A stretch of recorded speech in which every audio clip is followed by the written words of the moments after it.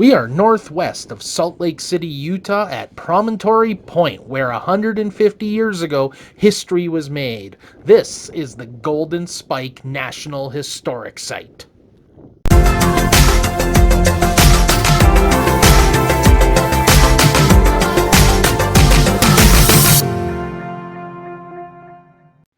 Of course, that historic event I'm referring to is the joining of the Central Pacific and the Union Pacific Railroads that completed the first transcontinental railroad.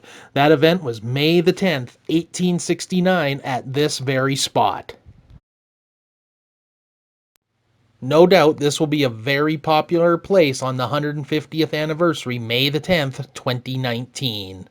On the day of the ceremony, Union Pacific number 119 and Central Pacific number 60, known as the Jupiter, were brought face to face. The golden spike was dropped into a pre-drilled hole in a special railroad tie made of polished California laurel. It was then driven into place by Leland Stanford using a ceremonial silver spike maul. Immediately after the ceremony, the spike and the laurel tie were removed to prevent them from being stolen and were replaced with a regular spike and tie. Despite the many displays here at the historic site, one thing you won't find is the last spike itself. It was donated to the Stanford Museum in California in 1898, where it remains to this day. The polished laurel tie was destroyed by fire in the aftermath of the 1906 San Francisco earthquake. Well, having seen the exhibits inside, I guess it's time for us to go wander out to the spot and face the wind. I'm ready. Visiting this spot has been on my historic places bucket list for a long time. And right over here, there's the spot, complete with the replica California laurel polished railway tie. This is the spot where the ceremony happened all those years ago. It's amazing to think of how many people were gathered around here at this very point to see the driving of the spike and the unification of a nation by ribbons of steel. It's really, really remarkable. Now, while both the original locomotives ended up being scrapped, they do have replicas here. Let's go check them out over in the engine house.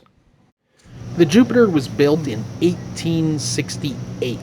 It wasn't actually the original choice of Leland Stanford for the last spike ceremony. That was going to fall on a locomotive known as the Antelope. But the Antelope was damaged en route to the ceremony, so the Jupiter had to take its place. The Jupiter was eventually scrapped in 1909 for $1,000. What we have here is a replica that was built in 1979.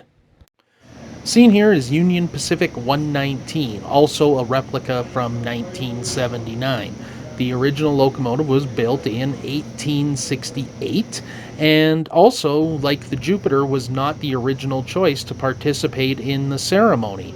The train that was carrying Union Pacific Vice President Thomas Durant ran into a bridge that had some washed out supports, and the engineer refused to take his locomotive across. So they pushed the lighter passenger cars over the bridge and then called in the 119 from Ogden to take them out to Promontory Point and the last spike ceremony. And unfortunately, just like the Jupiter, the 119 was scrapped for $1,000, this time in 1903. Well, that's it from Utah. Hope you enjoyed the video. If you like the content we're putting out, I encourage you to subscribe to the channel. We will see you later.